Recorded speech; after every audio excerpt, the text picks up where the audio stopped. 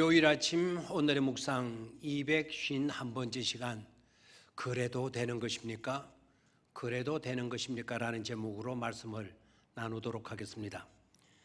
오늘 묵상하게 될 본문의 말씀은 창세기 9장 24절에서 27절, 오늘은 좀 길게 보도록 하겠습니다.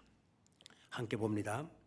노아가 술이 깨어 그의 작은 아들이 자기에게 행한 일을 알고 이에 이르되 가나안은 저주를 받아 그의 형제의 종들의 종이 되기를 원하노라 하고 또 이르되 셈의 하나님 여호와를 찬송하리로다. 가나안은 셈의 종이 되고 하나님이 야벳을 창대하게 하사 셈의 장막에 거하게 하시고 가나안은 그의 종이 되게 하시기를 원하노라 하였더라. 아멘. 살기가 힘들고 세상이 험난해지고 여러 가지 어려운 문제들을 겪게 될 때 그럴수록 우리는 지혜를 잃지 말아야 합니다. 살아가노라면 우리가 많은 것들을 잊기도 하고 잃기도 하고 빼앗기고 놓치고도 하지만, 그러나 잊지 말아야 하고 놓치지 말아야 하고 빼앗기지 말아야 할 것은 역시 믿음과 고마움과 위로와 격려와 사랑과 존경의 마음입니다. 아무리 힘들고 어려워도 이런 것들을 잃지 않으면 그 어떤 것도 우리를 견뎌낼 수 있기 때문입니다.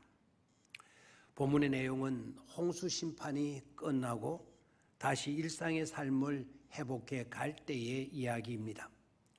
하나님의 은혜로 그 무서운 홍수 심판에서 생존하게 되었고 자손이 번성하기 시작했고 농사일을 다시 시작하게 되었습니다.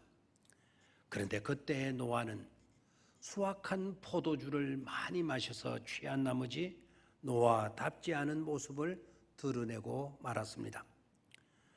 때마침 아들 함이 제일 먼저 이 광경을 목격하고는 밖으로 나가서 다른 두 형제에게 알립니다. 우리 성경은 아주 부드럽게 그냥 알렸다라는 표현으로 설명을 하고 있으면, 그러나 알림해라고 하는 이 단어, 고하메라고 하는 단어 똑같죠? 이 단어의 뜻은 아주 신바람나게 떠들어댄다라는 히브리의 의미를 갖고 있습니다. 그래 함이 나가서 신이 나서 신바람나게 떠들어대었다는 것입니다. 아버지의 흠이 뭐가 자식들에게 아니면 남들에게 그렇게 신바람나게 떠들어댈 일인지 말입니다. 다행히도 다른 두 아들 셈과 야벳은 겉옷을 취하여 뒷걸음질하여 들어가서는 아비의 허물을 덮어 주었다고 했습니다. 하고 보면 그때의 겉옷은 그냥의 겉옷이 아니라 사랑의 덮개였던 것이죠. 같은 아들이라도 삶의 방식과 의식은 이렇게 달랐습니다. 그것은 아마도 우리들의 실상을 대신하고 있는 것일 수도 있습니다. 떠벌리고 나팔을 불고 다니는 유형의 사람들이 있고, 사랑의 덮개로 예수 그리스도의 보혈로 씻어주고 덮어주는 그런 유형의 사람으로 말입니다. 그런데 이해가 쉽지 않은 내용이 펼쳐지고 그래서 당혹스럽기도 합니다. 노아가 잠이 깨어 일어났던 일들을 알고는 함을 저주하는 겁니다. 셈과 야벳을 축복한 것은 이해가 되지만 함을 저주한 것에 대해서는 그렇지를 않습니다. 실수는 자기가 하고 그것을 떠벌리고 다녔다고 저주까지 한단 말인가? 그것도 원수가 아닌 아들인데도 말입니다. 아무리 남의 허물을 들추며 떠벌리고 다니는 것이 바람직하지 못한 행위이기에 한 번쯤 주의를 주는 것 정도가 아닌, 한 번 저주하게 되면 자손 대대로 이어질 수밖에 없는 그런 저주를 했으니 말입니다. 자, 그렇다면 이 사건을 통해서 들어야 할 메시지는 무엇이며 깨달아야 할 것은 어떤 것들인지에 대해서 말씀을 나누도록 하겠습니다. 첫 번째는 우리는 모두 흠 많은 죄인이라는 사실입니다. 노아도 예외는 아니었다는 사실이죠. 그는 의인이요 당대의 완전한 자요 하나님께 동행한 자로 소개되어진 자였지만 그에게도 실수와 흠이 있었습니다. 로마서 3장 10절 의인은 없나니 한 사람도 없으며 라는 말씀이 실제적으로 여기에서도 입증이 되고 있죠. 로마서 3장 13절에는 모든 사람이 죄를 범하였으며 안타까운 말씀이지만 그러나 그 말씀들은 다 사실이고 있습니다. 그러니 우리는 겸손해야 합니다. 누구도 누구의 흠과 죄를 정죄할 수 있는 형편에 놓여 있지 않습니다.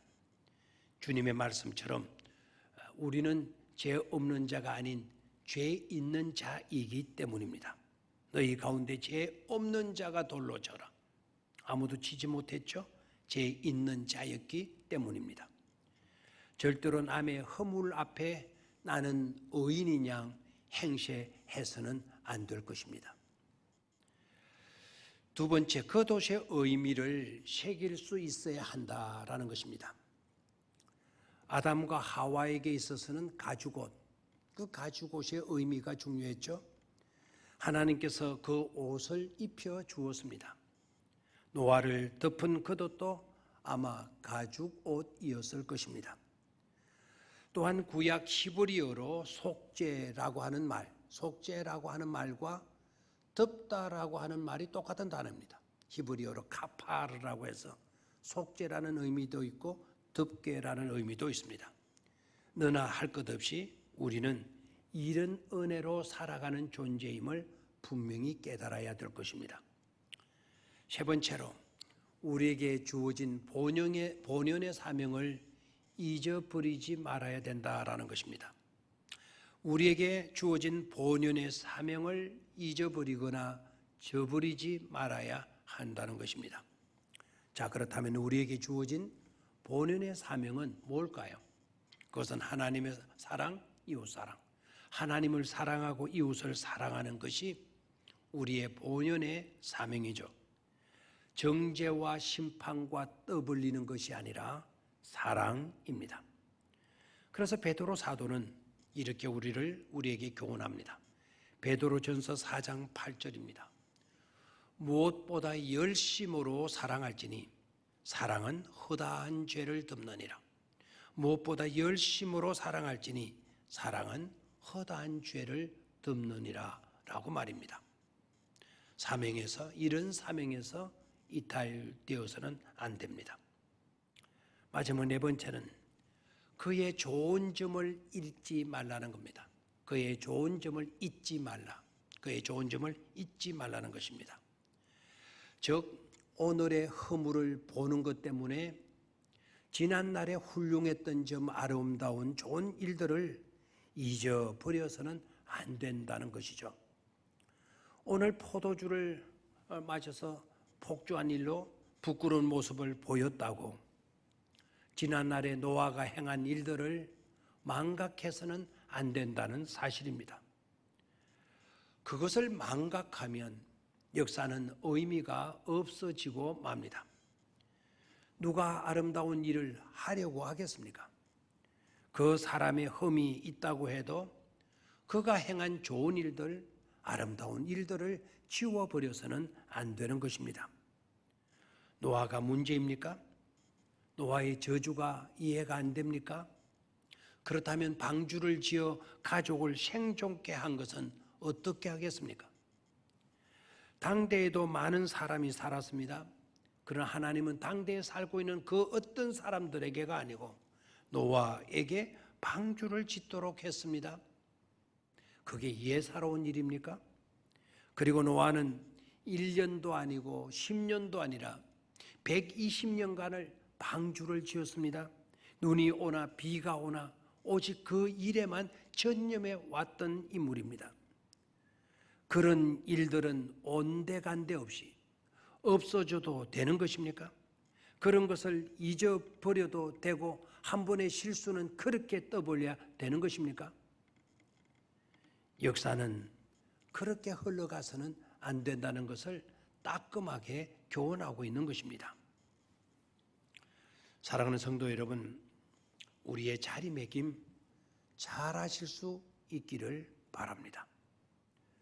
감사합니다.